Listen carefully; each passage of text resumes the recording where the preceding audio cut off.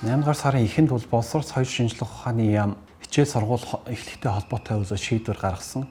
За энэ шийдвэр бол ногоон болон одоо шар бүсэд байгаа хүмүүсийг бол 100% танхимаар хичээлнэ.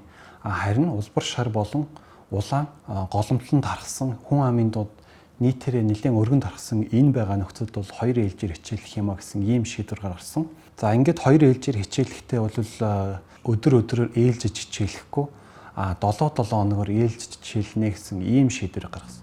Тэгэхээр 7-7 хоногор ээлжиж хичээлнэ гэдэг бол нөгөө амралтын 2 хоногтойгоо нийлээд энийг бол 5-9-ийн зарчим гэж нэрлэж байгаа. Нэг ясандаа гэх юм бол 1-7 хоног танхимаар хичээллээд 5 хоног хичээллээд 4 хоног бол амралтын өдөр бол таарж байгаа. Ингээд 5 хоног цахимаар хичээлгээд бол нэг хүүхэд дор хаяж 9 хоног бол гэртээ байх юм. За энэ 5-9-ийн зарчим бол коронавируст халдвар тархах энэ үйл явцтай энэ зүй тогтолтой бол халдварыг тарахгүй байх энэ магадлалыг бол нэлээд сайн хангаж байгаа. Яагаад ингэ сайн хангаж байгаа вэ гэхээр энэ нөгөө халдварын нууц үеийн хугацаатай холбоотой.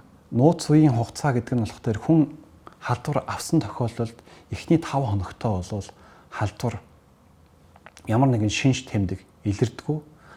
Тэгээд эхний 4 хоногтой бол гадагшаа халдвар тараадаггүй.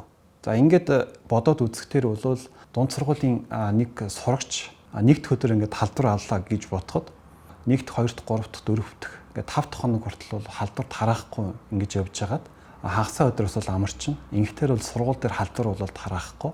За 5 дахь өдөр халдвар ингээд авсан тохиолдолд бол нөгөө 9 хоногийнхоо дотор орчих учраас буцаад одоо дараагийн 7 хоногийн дараа хичээлдээ ирэхдээ ямар нэгэн байдлаар коронавируст халдвар нь илэрсэн байх учраас энэ бол сургууль дээр халдвар тархахгүй байх, голомтлон халдварлахгүй байх ийм зүй тогтолтой, ийм магадaltaй юм аа.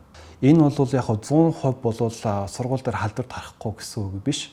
Гэхдээ бол яг энэ коронавируст халдварын зүй тогтолтой хамгийн өндөр хувиар таарч байгаа, тохирж байгаа ийм бол хувилбар юм а гэдгийг бол энд онцлон хэлмээр байна.